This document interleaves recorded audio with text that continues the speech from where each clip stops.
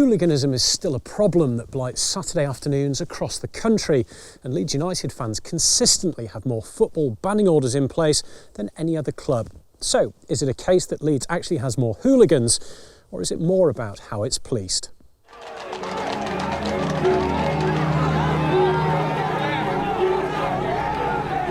We reckon 300 to 500 supporters at Leeds are involved in football-related violence. You work during the week, you have business meetings, you're a normal guy, and then as soon as you step foot, within the vicinity of Ellen Road on a Saturday, it's like you're an animal. It's almost like your basic human rights go out of the window.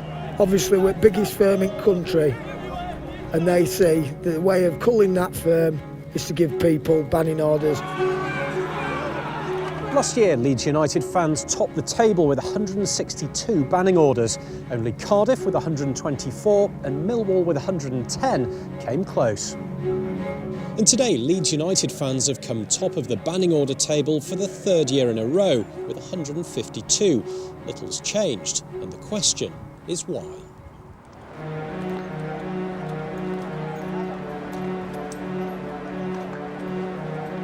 It's Leeds United versus Hull City, big local rivalry both on and off the pitch. And tonight we're with the West Yorkshire Police's spotting team, who are looking for people who might be looking for trouble. Banning orders are ASBOs for football supporters, given out for bad behaviour or as part of a criminal sentence. The spotter teams start in Leeds City's centre. It's their job to make sure bans are enforced and to gather evidence for future cases. Listen to me, you're in a city centre and there's children and other people around that don't need to hear you swearing and carrying on. What's your name and date of birth, please, sir? No, you. This man seems to have had a lot to drink, but as PC Jess Lane and her team calm him down, a familiar face appears. Danny, step away. You're not involved, are you? The gentleman in the beige coat who intervened, just saying if you continue, you're going to get locked up. He's on a football banning order from disorder a long time ago. And it's a long ban he's got, but his conditions are an hour prior to kick-off. So at the moment he's still all right to be here. In 15 minutes or so, he would be in breach of his conditions. But he's very aware of that, and he'll be now moving his way to the top end of Leeds to get out of town. At Elland Road, around 300 police officers from 3 different forces are on duty. After a quiet start, the Hull City fans arrive. The two sets of fans are kept apart, but if the chanting had led to violence, it would have been captured on camera and possibly used as evidence for a conviction or to secure a banning order. The footage ends up here, the West Yorkshire Police Football Banning Unit. It's staffed by 2 officers who sit through hundreds of hours of video and prepare evidence for court.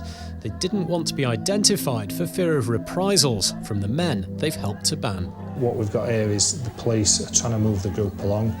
The group are starting to cover their faces up. They're aware that they're on camera, and there is a few missiles being thrown.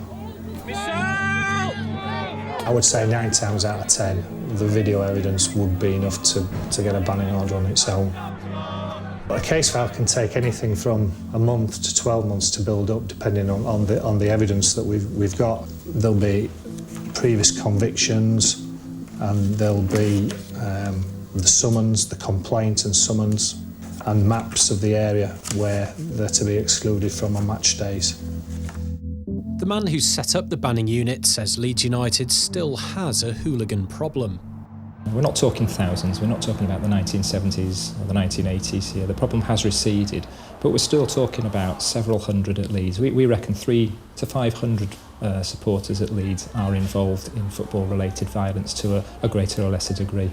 I think football banning orders get to the heart of where people are coming from, and it acts as a really strong deterrent to those that may be thinking of getting involved in future violence. It's the end of the match, and it seems the police's worst fears about this high-risk game are not coming true. But the spotter teams continue to monitor the crowd as it's moved away from the ground. You can see a camera and you know you're being filmed. Yeah, but what if I refuse to it? Because I've been trying to meet somebody for the past 25 minutes. I've been moved from that corner to that corner because we're to trying, there. Yeah. So will you? You no, can. It's an absolute joke. I don't know which camera I'm talking to, but you're a joke. And he's not the only Leeds fan who's unhappy with West Yorkshire Police. One supporter who's on a banning order agreed to talk to us, but only if his identity was hidden. He's had 2 bans. The first was in addition to a prison sentence. Do you think it was fair that you got banned? At the time, for that, yes, I dare say it might have been. And what did the banning order mean for you? What did it do? It's like having your heart ripped out. You can't go watch your team anymore. Yeah, I love Leeds. After completing a long ban, he was found in pubs where there'd been disturbances before Leeds away games at Millwall and Manchester United. What were you doing down at the Millwall game then? I went off to watch football. Did you have a ticket? We had access to tickets, we had supporters coaches coming down, lads on them with tickets available for us to get in. So your only intention that day was to go and watch the game? Have breakfast and go watch game.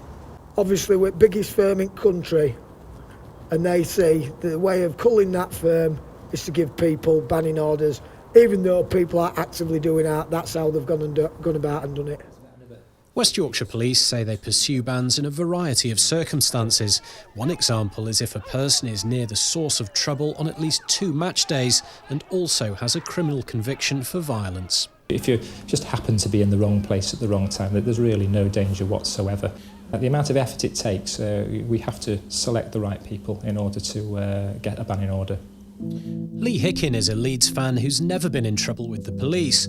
On the message board he runs for the Supporters Trust, people are critical of banning orders and say they're a symptom of over-policing. Lee himself had a bad experience when Leeds played Derby County. We were walking back to the car, but yet, I find myself being charged by a police horse pinned against the burger van, wondering where I can go, being told that I have to move back. It makes people like me get angry and become almost confrontational when my initial intention was just to walk home from the game. Sean Harvey is in charge of the day-to-day running of Leeds United. He says the club pays nearly £44,000 a match for policing, the equivalent of around £2 per fan, and he's not convinced it's good value. Do you think Leeds United comes under unfair scrutiny then? I think they do. I think the majority of Leeds United fans do not warrant to be tarnished with the reputation of a few. And it is a problem. But that's not me being naive and putting my head in the sand and saying we don't have any issues. There are issues. Courts don't give out banning orders unless there's real reasons to do so. I think the emphasis of it, though, unfortunately, sometimes is over the top. I put the club's and fans' concerns to Chief Superintendent Milsom. One of the things that I found quite extraordinary was with the other night when we came to the Leeds versus Hull game. And when I walked outside, there was just this sea of people in high-vis jackets. There were police literally everywhere you looked. I mean, is that right, that at a sporting game, at the end of the day, it's just a football match, you come and there are that many police officers there? It's I don't know if it's right or wrong, it's necessary at this moment for a fixture like that. Leeds versus Hull is a game that would definitely be attracting groups of supporters that would want to clash.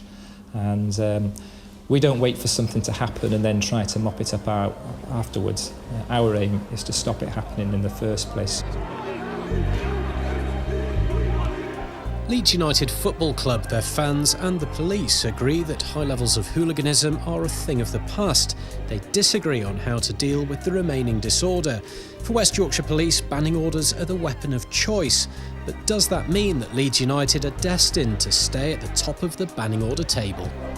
Probably we're going to keep this reputation, probably the police are going to stay on our case, if you like, and over-policing will take place because it's Leeds United. Crossing the line where Leeds United fans are judged is usually a lot closer to a lot of behaviour that goes on at every single ground. But because there are police presence, because there is increased intelligence, because there is increased interest in the game, then that's when more arrests are made. My view is if we weren't doing what we are doing, it would very soon bubble to the surface. It's a problem that won't go away unless we keep pressing on.